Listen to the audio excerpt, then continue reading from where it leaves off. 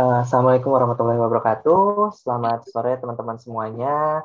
Eh, Perkenalkan sebelumnya, nama aku Bagus Fajar Aprianto, biasa dipanggil Bagus. Saat ini aku bekerja di Female Daily Network as a data scientist. Nah, pada kesempatan kali ini aku dikasih kesempatan sama Lenging Academy dan untuk apa ya diskusi bareng teman-teman terkait From Math to Code, a Journey to be a Data Scientist. Nah, sebelumnya, ini untuk profil singkat aku. Dulu aku kuliah di jurusan matematika, tepatnya di UIN Syarif Hidayatullah Jakarta. Terus aku alhamdulillah dapat kesempatan kerja di berbagai bidang, eh, tapi alhamdulillahnya masih di apa ya di role yang sama, kurang lebih sebagai data scientist atau mungkin kurang lebih juga ada sebagai data analis. Terus, nah selain kerja, aku juga sempat ikut organisasi di komunitas Data Science Indonesia. Pada tahun 2020 sampai 2021 aku dikasih kesempatan sebagai sekretaris gitu. Nah, untuk kali ini apa aja sih yang akan kita diskusikan? Yang pertama itu ada data role di Indonesia, terus yang kedua itu ada data science dan data scientist-nya itu sendiri, terus yang ketiga challenge to be a data scientist, dan yang keempat journey to be a data scientist. Nah, yang pertama terkait tentang role-role data yang ada di Indonesia sekarang. Oke. Jadi sebenarnya di Indonesia ini udah banyak teman-teman role data yang ada gitu. Jadi udah banyak perusahaan-perusahaan yang bisa dibilang invest talent-nya ke bidang data gitu. Nah, tapi sayangnya di perusahaan-perusahaan ini kita masih belum ada standarisasi apa sih role-role data itu, terus job desk-nya apa, responsibility-nya apa. Jadi karena belum ada standarisasi itu, makanya di setiap perusahaan itu punya berbagai macam role-role data yang berbeda gitu. Jadi setiap perusahaan itu punya role-role, mungkin bisa dibilang bisa jadi job desk-nya sama tapi namanya beda, atau sebaliknya namanya sama tapi job desk-nya beda gitu. Jadi tergantung dari si perusahaan-perusahaan itu sendiri. Nah, jadi mungkin tips juga buat teman-teman yang mau apply as a data scientist, teman-teman bisa lihat juga nih, jangan cuma requirement-nya dia, misalkan, oh minimum 2 tahun, minimum bisa Python, SQL, dan sebagainya. Tapi teman-teman juga lihat nih, requirement-nya apa, sorry, teman-teman juga lihat nih responsibility atau job desk-nya nanti apa, apakah akan sampai modeling kah, apakah hanya sampai analytics kah, atau bahkan bisa jadi statusnya data scientist, tapi ternyata yang dikerjakan as a data engineer, jadi lebih ke bersih-bersih data gitu. Nah, ini ada beberapa role data di Indonesia yang aku tahu. Yang pertama itu ada BI engineer atau business intelligence engineer. Nah, kalau BI engineer ini biasanya lebih ke arah pembuatan dashboard gitu. Dari beberapa teman yang aku tahu, mereka juga melakukan pengolahan data, tapi mungkin lebih ke arah pembuatan dashboard. Nah, yang kedua ada BI analis. Kalau BI analis ini biasanya lebih ke arah objektifnya itu lebih ke arah ke improve bagaimana bisnis proses dan operationnya. Jadi dia pertama identifikasi masalah yang ada di perusahaan tersebut, terus dia tetap juga gathering sama analisis data, dan dia akhirnya membuat suatu solusi atau rekomendasi untuk bisnis tersebut. Tapi dia lebih ke arah bisnisnya gitu. Sedangkan selanjutnya itu ada data engineer. Kalau data engineer ini bisa dibilang dia adalah kuncennya database gitu. Jadi dia yang building database sama data warehouse, dan dia juga yang maintaining database dan data warehouse. Fungsinya apa? Biar data-data yang kotor itu bisa dipakai sama tim-tim lain gitu. Nggak cuma tim data, tapi tim-tim lain juga bisa pakai data tersebut gitu. Nah, selanjutnya ada data analis. Data analis ini sebenarnya hampir mirip dengan BI analis. Cuma data analis ini dia bisa jadi lebih deep di math-nya sama di statistiknya. Jadi dia collecting data, cleansing data, sama analyzing data gitu. Nah, yang terakhir ada data scientist. Nah, kalau misalkan data scientist ini, mungkin di beberapa perusahaan juga ada yang namanya ML engineer atau AI engineer gitu. Jadi dia lebih ke membuat suatu predictive model yang kedepannya akan digunakan baik untuk user ataupun untuk stakeholder gitu. Kalau misalnya untuk user, misalkan dari fitur-fitur aplikasi seperti sistem recommendation dan sebagainya. Kalau misalnya dari sisi stakeholder, biasanya contohnya lebih ke arah improve atau otomasi biar di perusahaan itu bisa bergerak lebih cepat lagi gitu dalam suatu prosesnya. Nah, selanjutnya tentang data scientist atau dan data science-nya itu sendiri. Nah, kalau data science itu apa sih sebenarnya? Kalau data science itu sebenarnya adalah suatu studi tentang data yang mengekstrak suatu insight dari data tersebut menggunakan teknologi untuk mengimprove bisnis di suatu perusahaan atau bisnis lainnya gitu. Sedangkan kalau misalnya data scientist itu adalah orang yang melakukan data science.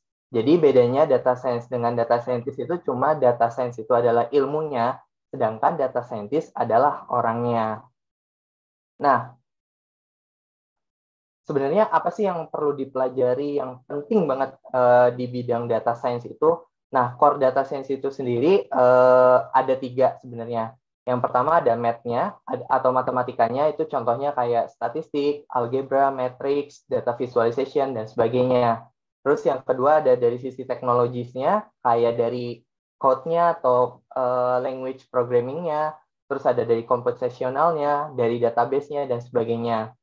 Dan yang terakhir ada dari domain knowledge-nya atau dari sisi bisnisnya gitu. Nah, untuk lebih detailnya coba aku jabarin satu-satu. Nah, pertama dari sisi tech-nya, apa aja sih contohnya? Nah, kalau dari sisi tech-nya itu yang perlu teman-teman pahamin itu yang pertama adalah dari sisi programming language-nya. Itu ada misalkan dari sisi programming language-nya nih di setiap perusahaan bisa beda-beda teman-teman. Walaupun misalkan teman-teman lebih sering dengar minimal bisa Python gitu, tapi tidak menutup kemungkinan ada perusahaan yang menggunakan misalkan R atau bisa tiba-tiba jadi Golang gitu. Jadi teman-teman harus paham nih programming language yang akan digunakan oleh perusahaan tersebut. Terus bagaimana cara membuat function dari programming language tersebut, bagaimana OOP-nya, bagaimana looping function-nya, dan sebagainya. Terus yang kedua ada dari sisi database-nya. Gini teman-teman, di perusahaan sekarang itu kan mungkin teman-teman sering dengar yang namanya big data ya. Nah, di perusahaan ini sekarang udah banyak yang pakai big data atau data yang sangat besar. Data yang besar ini perusahaan nggak simpan lagi dalam bentuk CSV atau Excel gitu. Tapi perusahaan ini udah simpan dalam bentuk database, baik itu di dalam cloud ataupun di dalam server sendiri gitu. Nah, kalau misalkan teman-teman nggak bisa nih tentang database, itu fatal teman-teman. Kenapa? Karena data scientist itu biasanya ngambil data langsung dari database gitu. Karena kan kita butuh data yang sometimes yang real time atau yang mendekati dengan yang kejadian-kejadian sekarang gitu. Jadi makanya database itu sebagai basic yang harus diketahui sebagai data scientist. Contohnya database itu kayak SQL, NoSQL, Postgres, terus MongoDB, dan sebagainya. Tuh. Nah, yang ketiga ada programming computation. Kenapa ini penting? Karena gimana ya? Jadi suatu programming itu kita juga lihat dari sisi code-nya. Apakah code-nya itu udah optimize atau belum gitu. Kenapa? Karena kalau misalkan semakin tinggi, misalkan nih dari sisi memori, semakin tinggi memori yang digunakan, cost yang digunakan itu semakin besar. Jadi misalkan teman-teman melakukan coding database nih, select bintang from apa gitu kan. Atau misalkan select product ID, terus product name, dan product type dari dari data from data product gitu. Nah, itu komputasinya akan berbeda antara select bintang dengan select kolom-kolom yang diperlukan. Jadi, select bintang itu akan membutuhkan waktu yang lebih lama dan membutuhkan cost yang lebih besar dibandingkan dengan select ketika kolom-kolom yang dibutuhkan aja gitu. Nah, kadang untuk data scientist ini kalau misalkan buat model itu atau buat code dari awal sampai akhir, dari ngambil data, dari pre-processing, dari sampai akhirnya model, masuk ke dalam model, sampai akhirnya prediction, itu tuh kalau bisa di bawah 1 detik gitu. Karena kalau misalnya di atas 1 detik, itu bisa jadi lama di depannya gitu, di websitenya atau di apps-nya. Gitu. Nah, selanjutnya ada domain knowledge. Nah, domain knowledge ini apa aja sih yang harus diperhatiin? Yang pertama itu ada dari sisi bisnis proses si perusahaan teman-teman yang akan masukin atau yang teman-teman analisis gitu. Kenapa kita harus paham bisnis prosesnya? Karena kalau kita nggak paham bisnis prosesnya, kita nggak tahu nih variabel-variabel apa aja yang memang mempengaruhi, terus bagaimana cara mereka mendapatkan revenue, terus possible problem apa aja yang possible muncul di dalam company tersebut, dan teman-teman juga harus paham nih, oke, di company tersebut teman-teman punya database-nya lengkap segala macam. Tapi teman-teman nggak paham nih, ini database-nya tentang apa, maksud database-nya apa gitu. Bahkan untuk mendefine datanya sendiri itu teman-teman harus sama dengan stakeholder. Misalkan stakeholder teman-teman butuh user active. Nah, user active di sini definisinya apa? Apakah yang user cuma sekedar login atau user yang memang misalkan kalau di perusahaan e-commerce sampai melakukan check out. Jadi teman-teman juga harus pahamin datanya sama define datanya itu harus sama dengan yang diinginkan oleh stakeholder. Nah, yang kedua soal domain knowledge. Domain knowledge ini apa? Domain knowledge ini adalah basic dari si company tersebut. Maksudnya gimana? Misalkan kalau teman-teman bekerja di bidang travel, teman-teman juga harus paham nih soal travel. Misalkan transportation-nya seperti apa dari sisi pesawat, kereta, terus bus, itu seperti apa datanya, seperti apa konsepnya gitu. Nah, kalau misalkan aku kerja di bidang beauty industry, jadi female day itu bergerak yang beauty industry. Jadi aku juga harus tahu nih soal beauty dan beauty industry, misalkan soal skincare, make up, lipstick, terus juga tentang produk-produknya, ingredients-nya, itu juga seorang data scientist tuh harus paham gitu. Domain knowledge dari si company-company tersebut gitu. Nah, yang ketiga itu terkait semua informasi. Terkait semua informasi di sini maksudnya apa?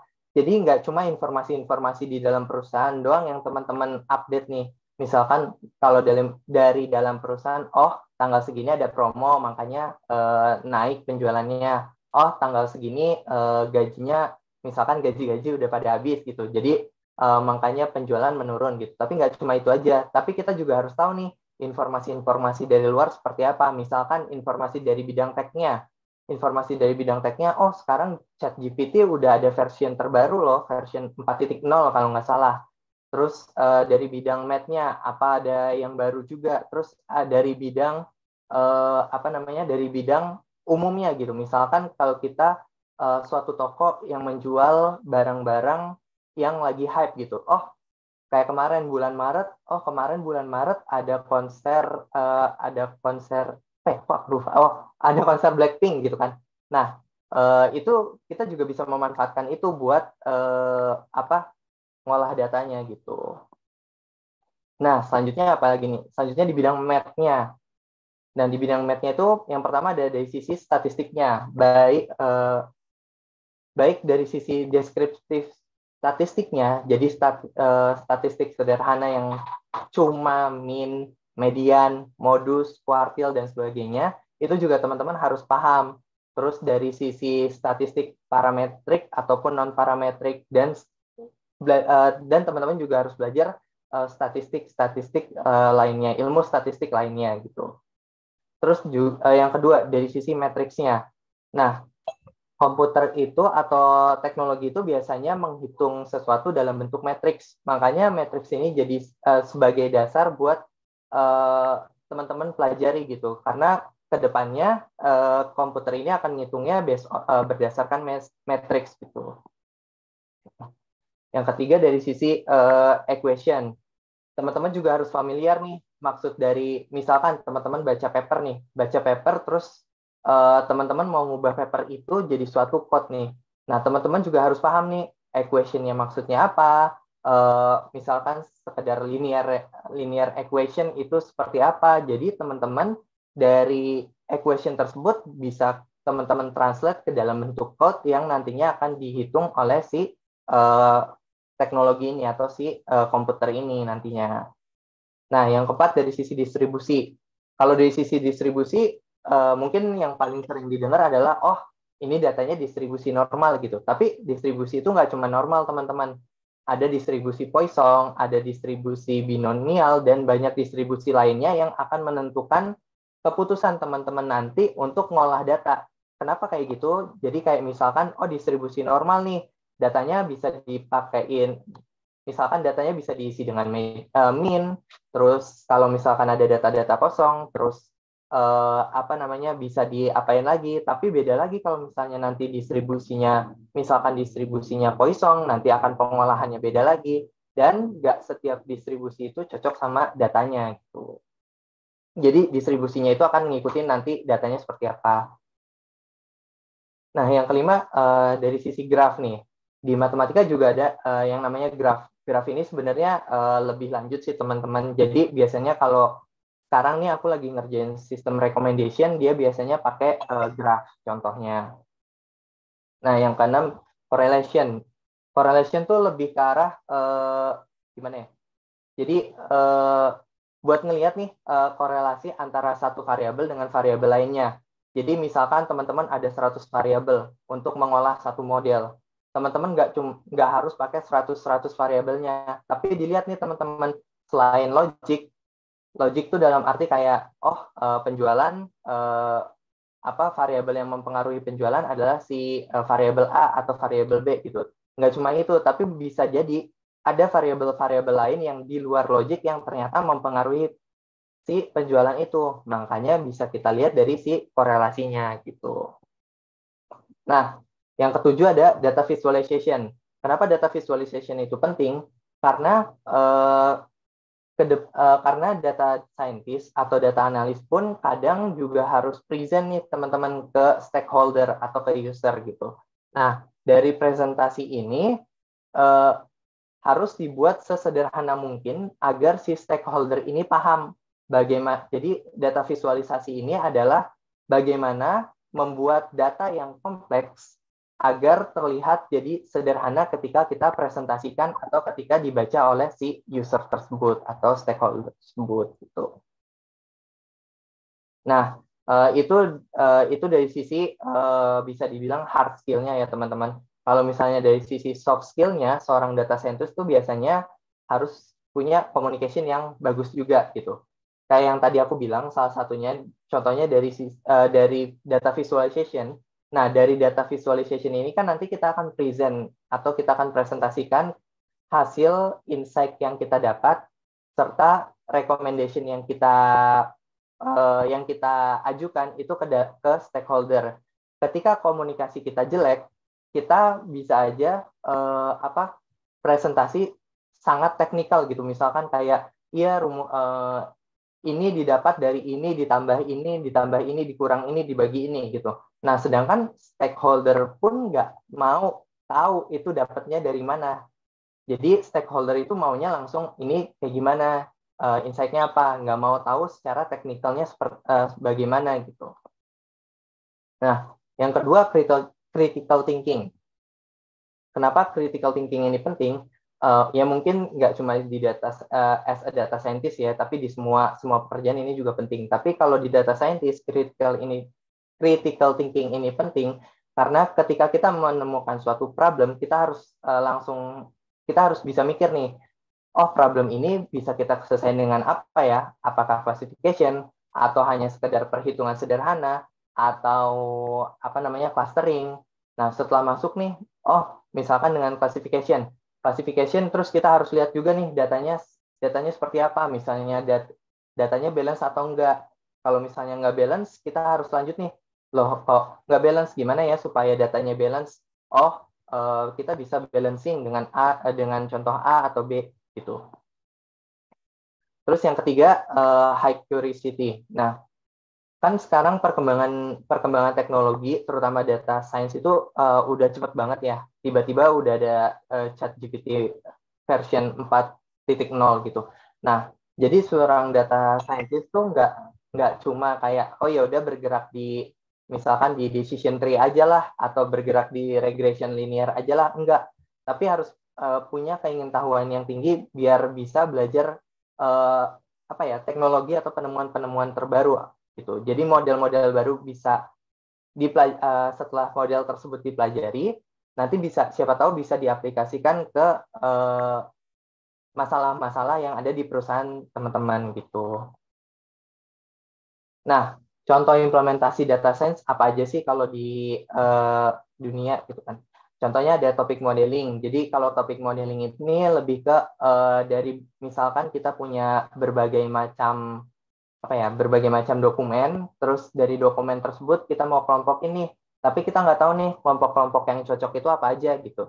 Nah, kita bisa gunain topik modeling. Jadi, oh dokumen 1 masuk ke topik nomor 1, dokumen 2 masuk ke topik nomor 1, dokumen 3 masuk ke topik nomor 2, dan sebagainya. Terus juga ada recommendation engine. Mungkin teman-teman kalau misalkan nonton YouTube atau buka Instagram itu atau buka TikTok itu teman-teman kan ngelihat kayak apa yang teman-teman tertarik gitu. Misalkan kalau aku buka tentang data science gitu. Nah, ntar di Google bisa merekomendasikan apa-apa aja tentang data science atau di YouTube misalnya lagi recommendation engine gitu. Terus aku cari-cari tentang data science yang keluarnya ya sekitar data science kalau di homepage-nya gitu. Terus time series prediction ini biasanya lebih ke arah misalkan saham nih. Teman-teman kalau misalkan main saham bisa nih memprediksi apakah sahamnya naik atau turun. Ya walaupun mungkin nggak tepat 100% ya, tapi ya paling nggak bisa prediksi juga bagaimana kapan saham itu naik, kapan saham itu turun misalkan. Terus ada lagi namanya OCR atau Optical Character Recognize. Misalkan, oh ini contohnya kayak di Line.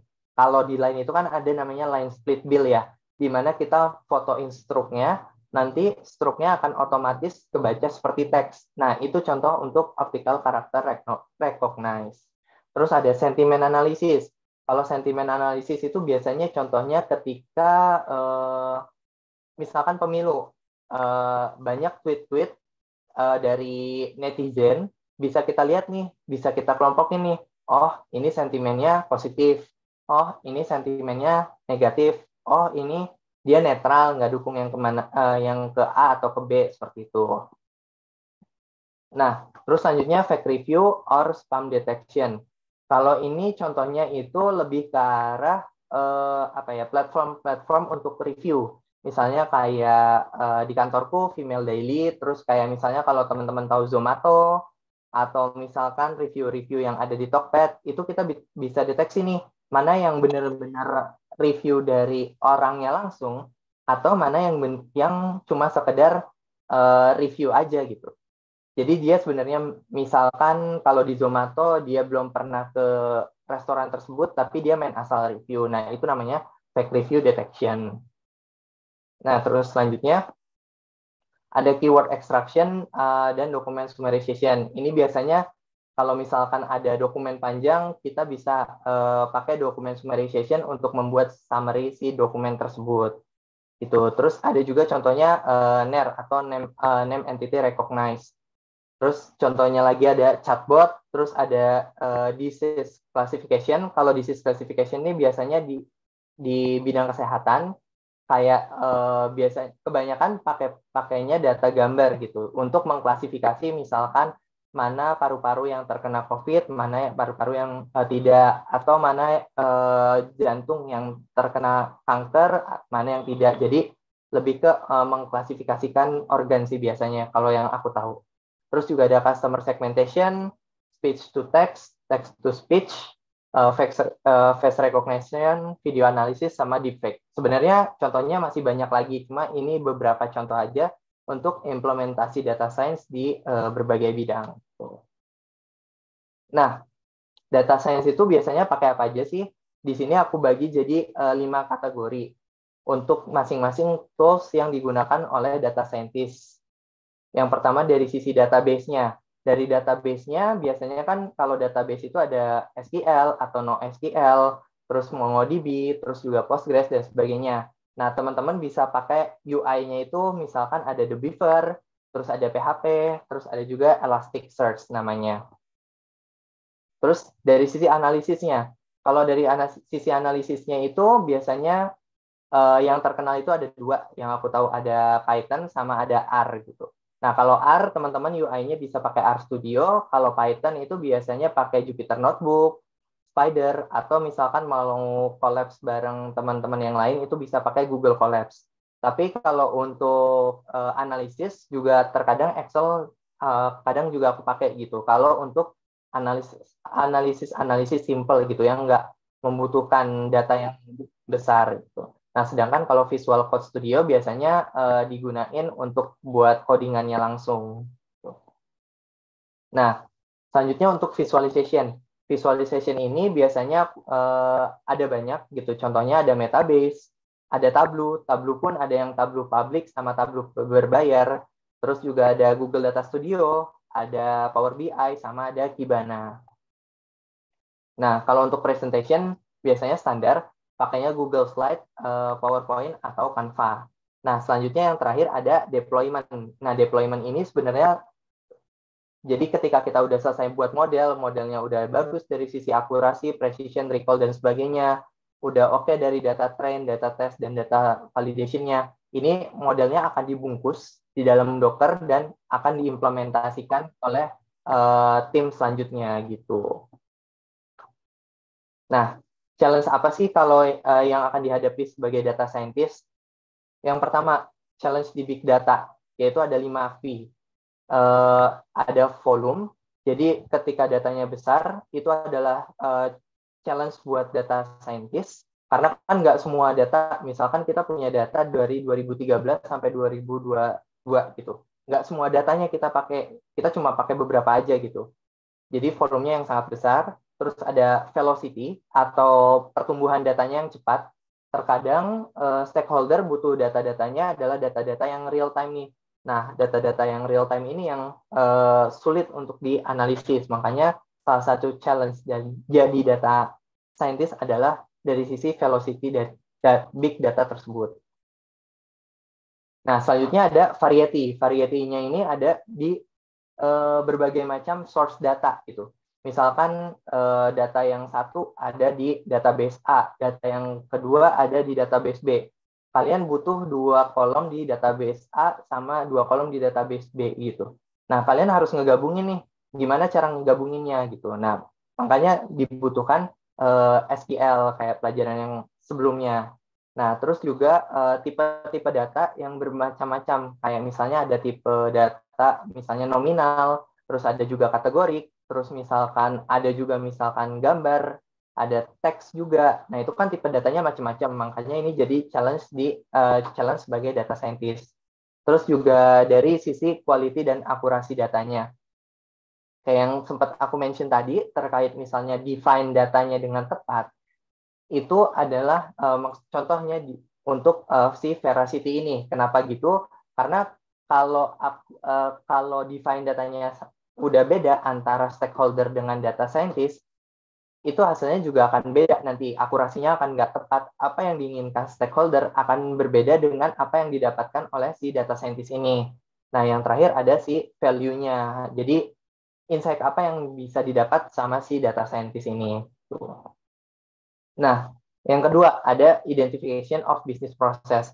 Jadi kita juga harus identifikasi nih masalah apa yang ada di bisnis tersebut, terus kira-kira masalah tersebut dapat diselesaikan dengan cara apa, terus variabel-variabel apa yang akan mempengaruhi masalah-masalah tersebut dan sebagainya gitu.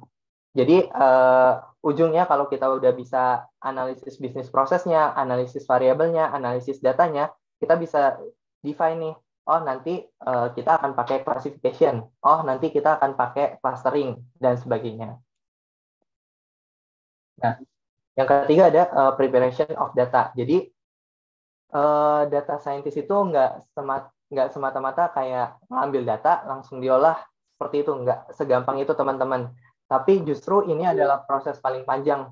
Jadi 80% proses data scientist itu biasanya dihabiskan untuk mempersiapkan data yang akan di training nantinya gitu. Dan data yang ada di perusahaan itu nggak bersih, nggak kayak misalkan kalau teman-teman pakai data Titanic atau data Uchi dataset, itu nggak sebersih atau segampang itu teman-teman. Jadi datanya itu pasti kotor, kayak banyak variabel yang nol, banyak outliernya, dan sebagainya. Gitu. Nah, yang keempat, communication ketika kita sampaikan ke stakeholder gitu. Seperti beberapa kali yang aku mention, data scientist itu nggak cuma ngolah model, dapetin model, terus deployment. Tapi kadang data scientist itu juga harus mempresentasikan hasil yang dia dapatkan juga ke stakeholder. Nah, stakeholdernya ini kita juga harus lihat nih, apakah orang teknikal atau bukan. Sekalipun mungkin orang teknikal, apakah dia mau untuk tahu details apa yang kita lakukan gitu.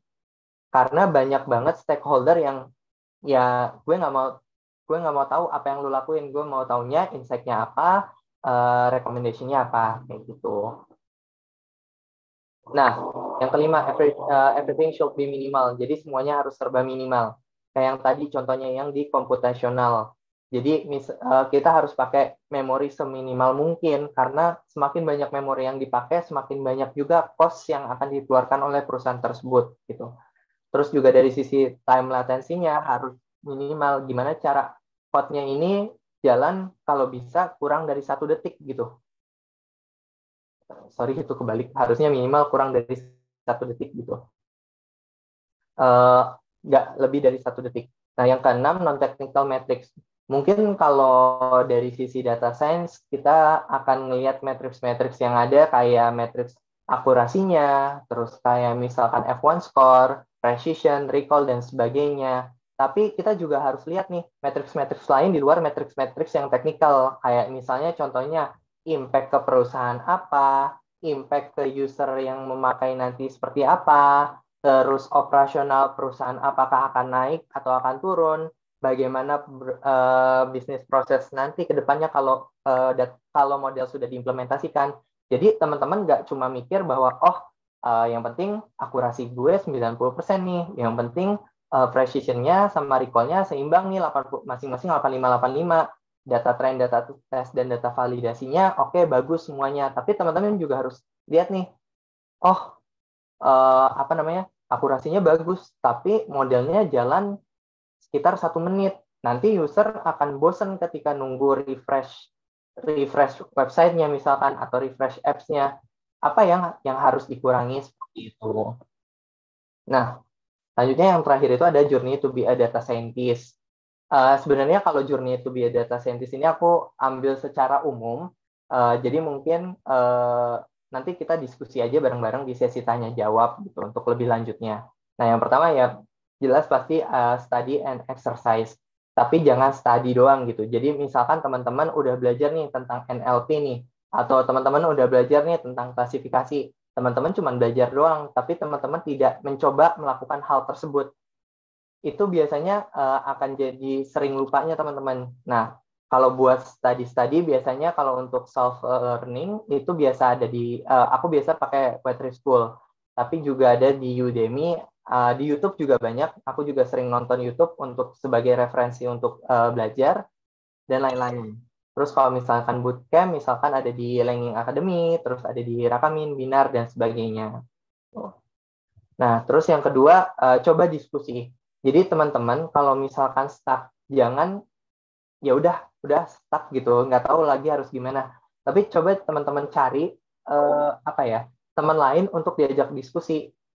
Nah, carinya itu nggak cuma sekedar teman kuliah atau teman SMA, tapi coba cari teman yang punya minat yang sama gitu. Misalkan di komunitas. Nah, contoh beberapa komunitas yang aku tahu itu ada untuk data science itu ada Data Science Indonesia, terus ada MLID, ada Jakarta AI Research, dan sebagainya. Nah, dengan join komunitas, mungkin teman-teman bisa sharing nih, bisa nanya-nanya nih kayak, kok aku stuck di sini ya, ada yang pernah pakai ini nggak? Atau kira-kira untuk problem seperti ini ada yang pernah ngalamin nggak? Boleh dong kasih share pengalamannya kayak gitu. Nah, terus buat portofolio. Nah, dari exercise yang teman-teman lakukan, teman-teman bisa buat portofolio nih. Kalau misalkan bingung cari datanya di mana, misalkan nggak mau data yang gampang, nggak mau data yang ada di uji dataset, teman-teman bisa cari di Kaggle. Atau kalau misalkan website pemerintah bisa ada di Jakarta Open Data atau di Jabar Open Data gitu. Di sana teman-teman bisa coba coba buat portofolio misalkan tentang data-data yang ada di pemerintahan gitu. Nah, dari data-data yang teman-teman olah, kalau misalkan udah selesai bingung nih codingannya mau ditaruh di mana ya, itu ada di GitLab sama di GitHub. Tapi kalau misalkan teman-teman cuma mau aku cuma mau visualisasi data aja, mau buat dashboard sederhana gitu karena masih belajar-belajar, teman-teman bisa share portofolio teman-teman di Tableau Public gitu. Nah, untuk prosesnya atau misalkan teman-teman mau cerita ini bagaimana prosesnya, bagaimana cara pengolahan datanya, teman-teman pakai apa pengolahannya, apakah pakai min, median, modus untuk mengisi data yang nol. Terus teman-teman juga bisa ngasih, insight-nya seperti ini, recommendation-nya seperti ini. Itu teman-teman bisa pakai medium untuk bercerita gitu. Nah, yang terakhir ada jangan takut untuk mencoba sesuatu dan jangan takut untuk nanya apapun gitu. Di sini aku bilang kenapa jangan takut untuk coba apapun karena ketika teman-teman udah apply terus teman-teman ragu nih kayak mau apply tapi minimal 2 tahun nih. Gimana ya apply nggak ya gitu. Kalau saran aku kalau misalkan teman-teman mau apply dan teman-teman memang bukan menguasai sih, paling nggak tahu sekadar tahu Python, SQL gitu. Coba aja apply gitu. Nah, itu sih dari aku, demikian dari aku balikin ke Mas Oki. Oke, ya terima kasih. Menarik banget dari Mas Bagus nih yang disampaikan. Ternyata just go lah ya, just do it gitu ya. Kalaupun yang penting kita ada basicnya, kita apa namanya bisa lah kita daftar aja gitu ya, meskipun mungkin agak kurang dikit gitu. Kalau emang rezeki emang nggak kemana gitu kan, paling nggak kita eh, nggak takut untuk mencoba. Oke, mungkin dari teman-teman ada pertanyaan silakan. Oke, silakan Mas Fahmi.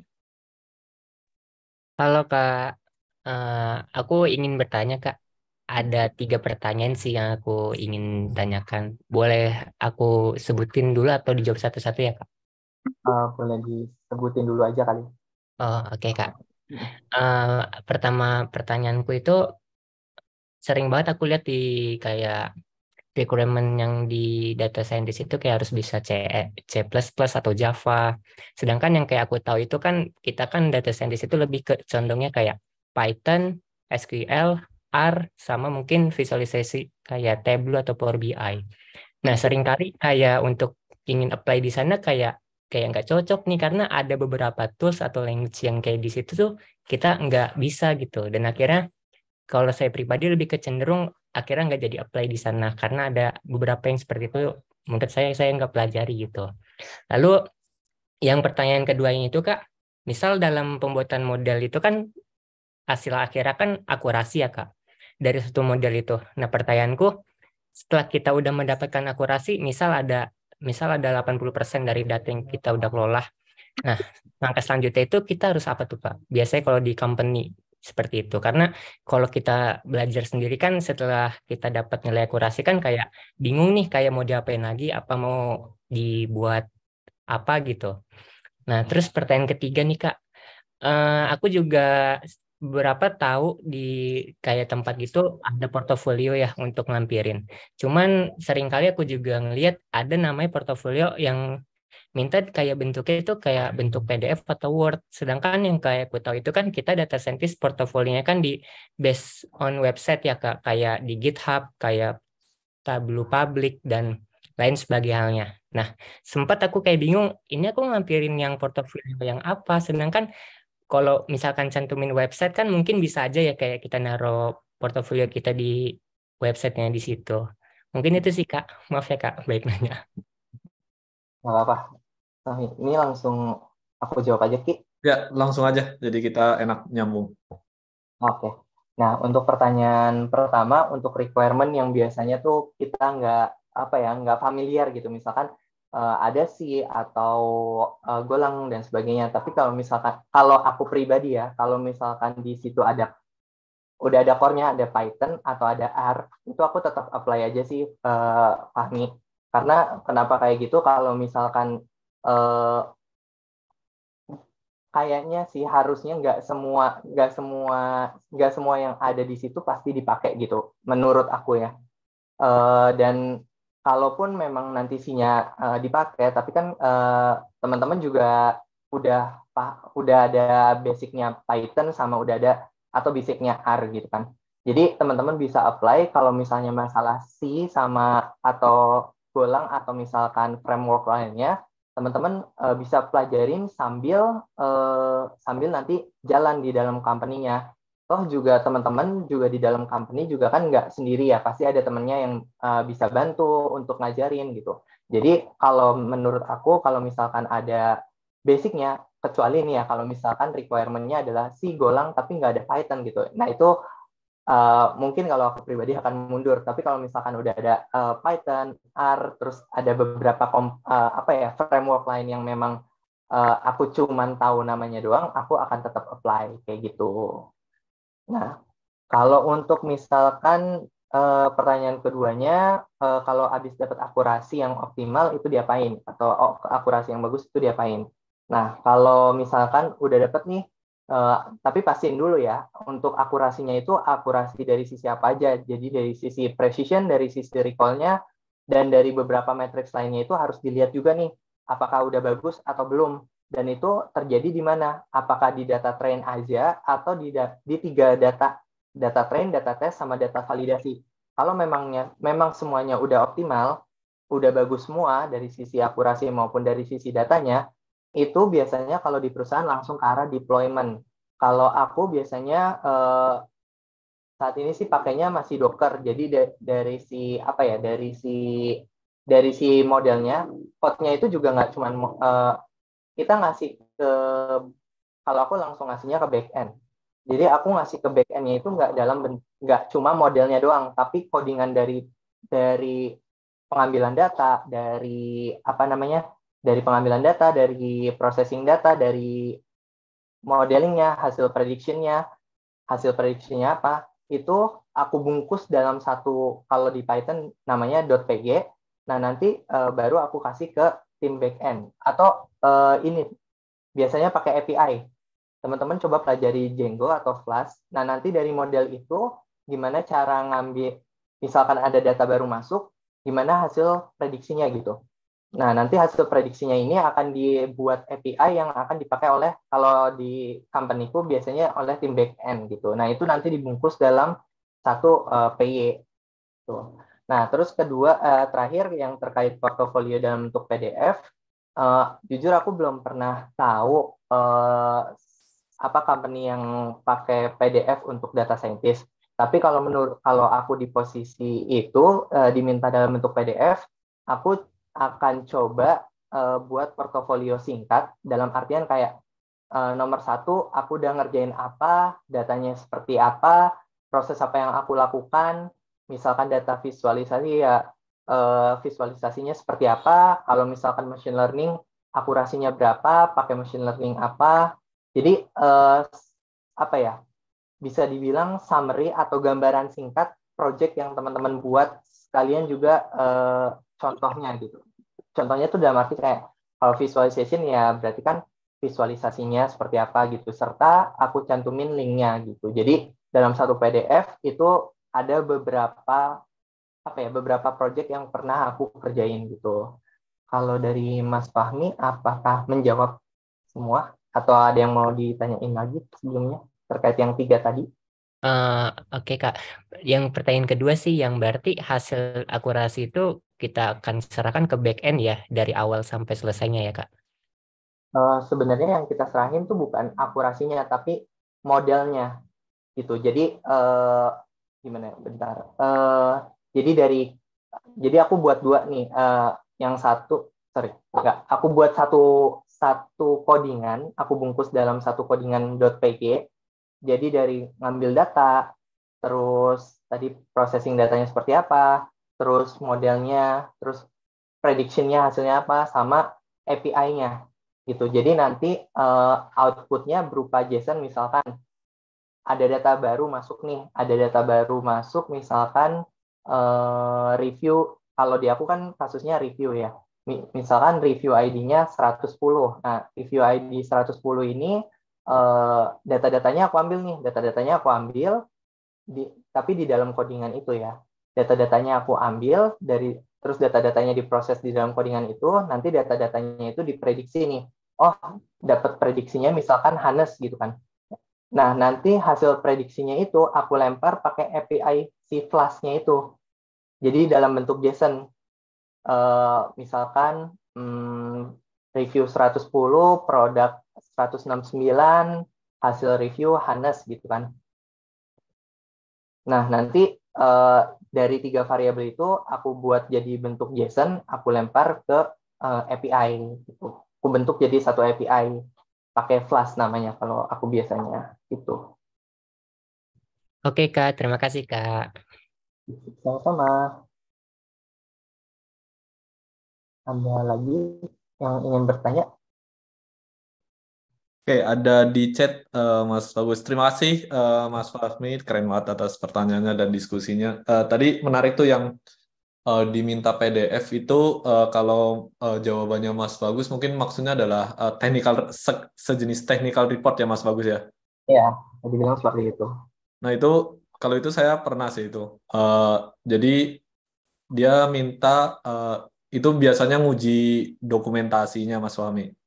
Jadi seberapa bisa sih kita ngejelasin ke tim lain, kayak Mas Bagus bilang kan kita sebagai data scientist ngedeliver ya.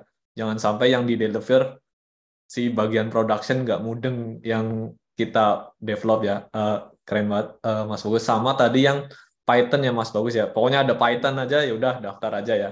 Karena biasanya atau kan ya Mas Bagus ya, bukan Yes. bukan berarti harus menguasai semuanya ya. Oke. Yep. Oke, ini ada 2 pertanyaan, mungkin saya bacakan satu-satu lewat chat dari Mas Juanito Agli. Jadi bagaimana sih sebagai data scientist menghadapi imbalance data nih di real world scenario? Silakan Mas Bagus. Nah, kalau imbalance data ini emang pasti terjadi ya, terutama misalkan dalam sentimen analisis atau skenario problem apapun gitu. Biasanya pertama kalau datanya banyak, ya kebanyakan, maksudnya misalkan yang jelek, kategori negatif, misalkan negatifnya itu misalkan sampai 50.000. Tapi kalau misalnya positifnya itu 10.000, oke, itu masih enak, itu masih bisa kita tinggal potong aja gitu. Jadi yang 10.000 sama 10.000, jadi tinggal negatifnya dikurangin aja. Tapi kalau misalkan in case datanya sedikit, itu kita bisa pakai teknik imbalance dataset gitu. Ada beberapa contoh imbalance dataset, contoh teknik imbalance dataset. Nah, tergantung nih maunya ditambahin atau dikurangin gitu. Jadi misalkan datanya terlalu sedikit nih kalau kita cut gitu.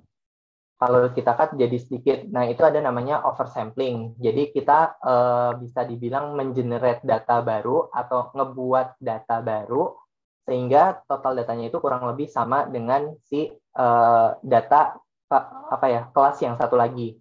Atau misalnya kita nggak mau hilangin nih, takut nih informasinya pada hilang, kita nggak mau nge-cut datanya gitu. Itu ada yang namanya undersampling atau nurunin datanya. Itu ada tekniknya sendiri. Di Python juga udah ada library-nya. Gitu. Itu Mas Juanito. Oke, jadi bisa memanfaatkan library yang ada ya Mas Bagus ya. Oke, oke. Cukup menjawab Mas Juanito? Oke, sepertinya udah cukup menjawab ya. Terus ada lagi dari Mas Deva Muhammad Rizky nih, saya bacakan. Penting nggak sih Kak paham perhitungan manual nih dari metode pengelolaan data, sedangkan di Python kan sudah ada library-nya nih, tinggal apply aja. Oh, nyambung nih sama yang tadi. Ya, Udah ada library-nya. Nah, penting nggak kita sebagai data scientist paham perhitungan manualnya nih, benar-benar manualnya gitu. oke. Kalau pertanyaan ini jawabannya pasti penting. Kenapa aku bilang pasti penting? Karena eh, dari perhitungan manual itu kita bisa paham nih, si model ini cocok nggak ya sama data yang seperti ini, atau misalkan pengolahan data. Oke, sekarang karena pertanyaannya soal model, jadi fokusnya di model ya. Cocok nggak sih model ini dengan pengolahan data yang seperti ini? Misalkan cocok nggak ya LSTM itu dengan data yang tidak berhubungan dengan waktu, atau misalkan eh, apa ya pokoknya itu penting. Jadi eh itu tadi cocok atau enggak. Terus juga selain itu kita juga bisa, kalaupun cocok, kita kadang dapat akurasinya jelek. Nah, itu gimana salah satu cara untuk ngebagusinnya, ini salah satu cara aja ya, nggak selalu berhasil gitu. Kita bisa lihat, kita bisa coba otak-atik dari sisi parameternya nih.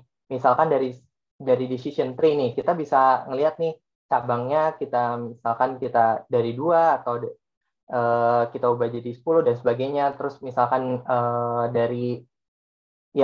jadi dari sisi parameter sama dari sisi cocok nggak si model sama data tersebut. Jadi kalau ditanya penting atau enggak, itu penting gitu. Oke, jadi ternyata itu penting ya. Paling nggak kita tahu flow-nya ya, walaupun nggak Detail. matang banget dalam, paling nggak tahu flow-nya. Jadi kayak bisa misal kalau tadi akurasinya jelek bisa dituning, atau ternyata datanya nggak cocok gitu ya. Oke. Sudah menjawab Mas Dava? Sudah, Kak, sudah. Terima kasih. Oke, sama-sama Mas Dava. Oke, ada yang raise hand. Oke, Mbak Dela Rista silakan. Iya, baik. Makasih, Kak. Oke. Izin tanya, Kak Bagus, tentang skill komunikasi. Itu kan seorang data science mengkomunikasikan ke stakeholder. Nah, kan ada yang secara non-technical sama secara technical. Ada contoh nggak, Kak, itu stakeholdernya itu ke divisi apa yang pakai technical, atau yang ke divisi apa yang pakai non-technical itu, Kak? Itu untuk pertanyaan yang pertama. Lalu pertanyaan kedua, seorang data science itu ada kayak daily job yang dilakuin, atau data science tuh kerja sesuai based on project gitu, Kak? Atau emang ada kerjaan yang emang hari ke hari tuh dilakuin secara rutin? Gitu aja, Kak. Oke, thank you pertanyaannya, Kak Dela. Oke, kalau misalnya contoh divisi yang teknikal sama non-teknikal. Kalau non-teknikal itu contohnya stakeholder atau manajemen, terus juga sales. Mungkin bisa jadi kita presentasi di depan sales buat ngasih insight dari data. Terus kalau yang non-teknikal lagi itu apa ya contohnya? Kalau di aku sales atau HR maybe buat ngelihat performance review dari seluruh seluruh seluruh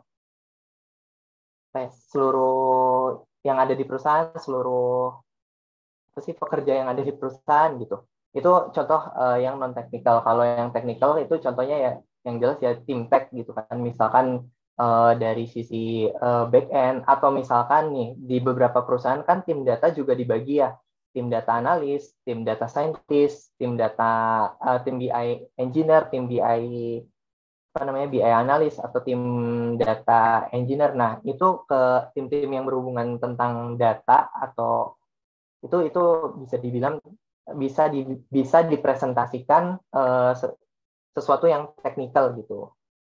Itu kalau terus untuk pertanyaan kedua, untuk daily activity-nya itu tergantung balik lagi di perusahaan masing-masing. Tadi sempat aku mention di awal bahwa definisi role data scientist di setiap perusahaan itu sekarang masih beda-beda. tapi mostly memang pekerjaannya project gitu, kayak project ini berapa lama, terus perlu sprint berapa lama, timeline-nya seperti apa aja, ending-nya ngasih ke tim lain itu berupa apa, apakah berupa model aja atau berupa Docker dan sebagainya. Itu kalau based on project. Tapi kalau misalnya daily project bisa aja kayak misalkan tim lain cuma sekedar minta data, tolong dong ambilin data ini, tolong dong ambilin data ini, atau ya sekedar query-query sederhana untuk memenuhi kebutuhan tim lain itu juga ada. Tapi balik lagi tergantung dari si company-nya.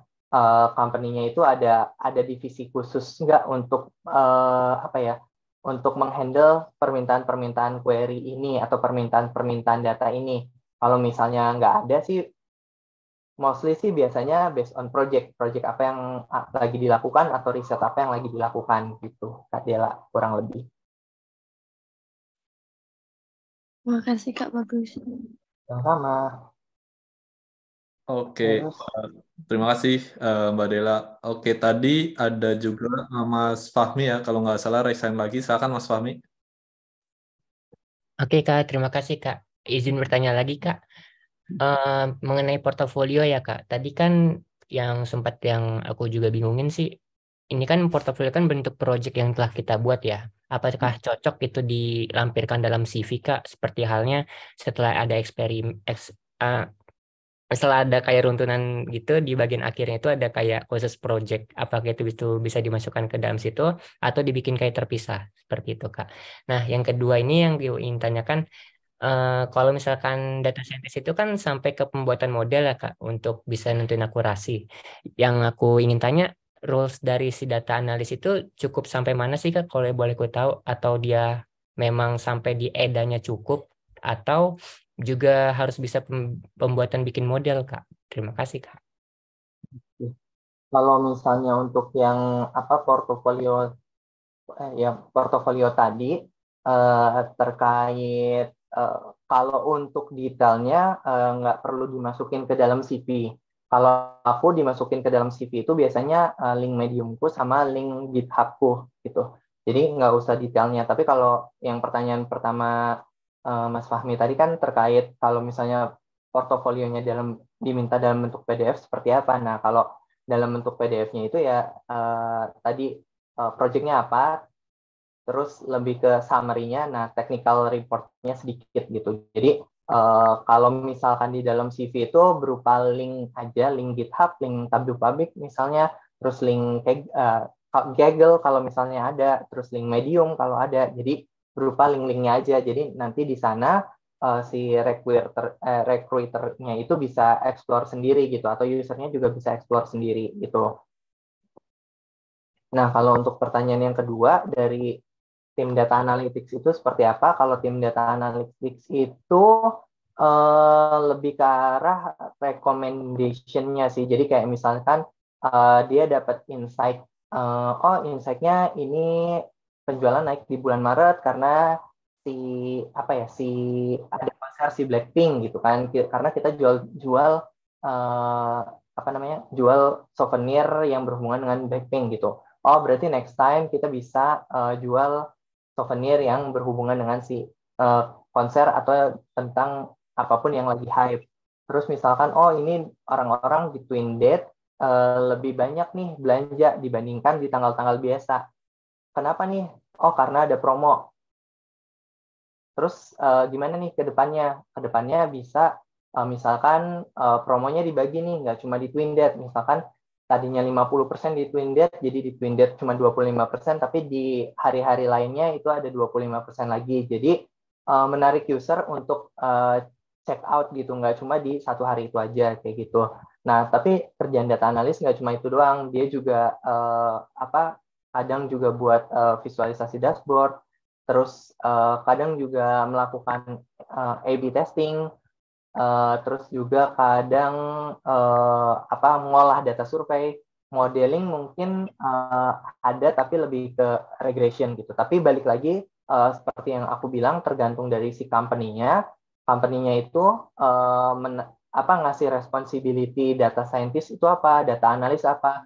bisa jadi nggak ada data scientist di company itu, tapi adanya data analis. Tapi data analisnya ini bisa sampai modeling gitu. Jadi balik lagi ke company-nya masing-masing gitu, Mas Fahmi. Oke Kak, terima kasih Kak. Oke. Menarik sekali tadi diskusinya. Jadi tergantung juga ya perusahaannya ya Kak Bagus ya.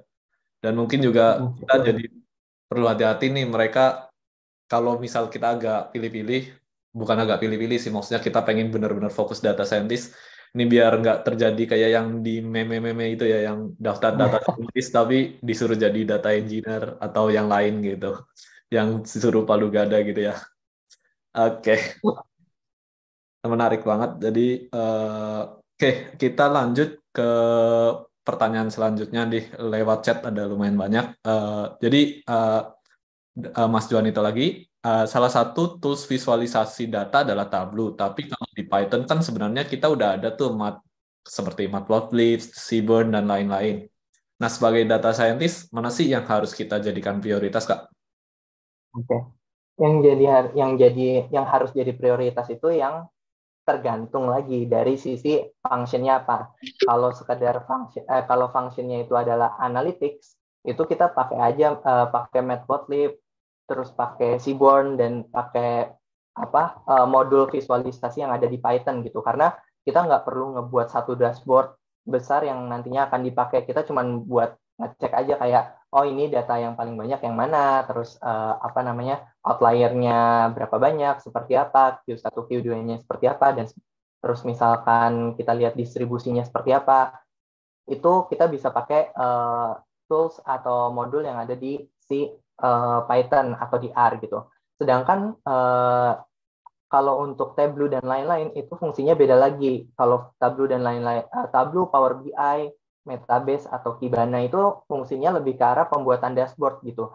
Jadi kalau misalkan diminta tolong dong buatin dashboard gitu, buatin dashboard soal sales karena akan ditarik datanya per bulan untuk monthly report gitu. Nah itu baru kita pakainya si Tableau, Power BI dan sebagainya. Kalau kita kasihnya dalam bentuk Python atau Matplotlib, kasihan user akan running lagi dan jadi malah bingung gitu loh dan akan lama gitu loh. Jadi jadi balik lagi prioritinya adalah tergantung dari tujuannya apa, apakah analitik ataukah dashboard atau presentation gitu.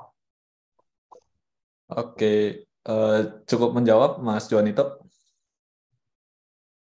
Jadi di sini menarik ya tadi yang di-mention, jadi tergantung tujuannya sama kita mau ngasih ke siapa gitu kan ya. Misal ke non teknik nggak mungkin kita ngasih Matplotlib atau Seaborn ya karena mereka harus ngeran lagi dan belum tentu mereka bisa ngeran.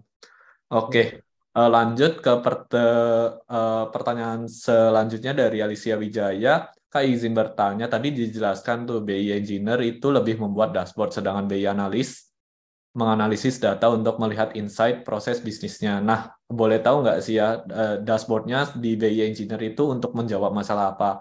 Karena kan kalau di BI Analyst juga bisa membuat dashboard untuk visualisasi proses bisnisnya tersebut. Terima kasih.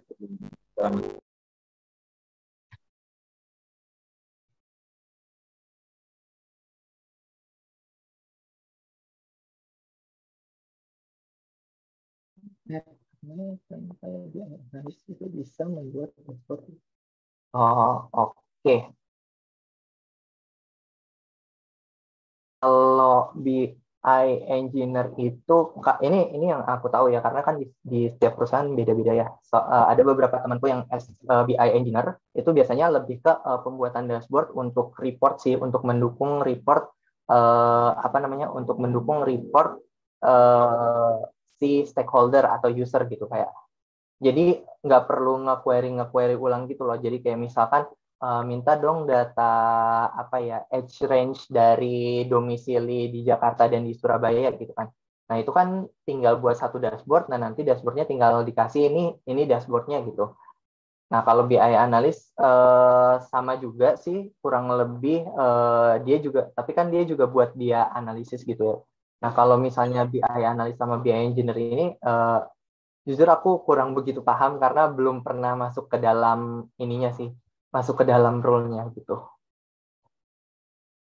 Mungkin kayak macam data scientist sama data engineer gitu kali ya, Mas Bagus ya. Jadi kalau engineer kan lebih mempersiapkan tuh, misal butuh real time atau apa gitu kan. Kalau analis yang lebih ke report dan storytellingnya gitu ya, Mas Bagus ya. Ya, kurang lebih sih seperti itu sih. Oke, cukup menjawab ya Alicia Wijaya ya. Oke, next ada pertanyaan lagi di sini. Mau nanya Kak, kalau kita bikin project pakai data misalnya Kaggle gitu, apakah cukup menarik di mata recruiter?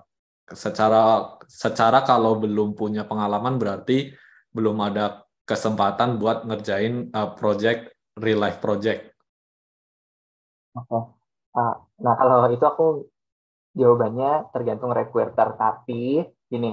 Tapi ketika kalian ngerjain data di Kaggle, itu kan kalian juga melakukan analisis ya. Nah, ini juga yang nantinya akan dilihat user gitu. Kedepannya itu kan yang kerja bareng kalian itu bukan recruiter ya, tapi user ya. Nah, user ini yang akan ngelihat nih hasil dari project kalian nih. Kayak projectnya dari sisi analisisnya seperti apa, dari sisi problem solving kalian seperti apa, dari sisi cara misalkan dari dashboard kalian memvisualisasikannya seperti apa gitu.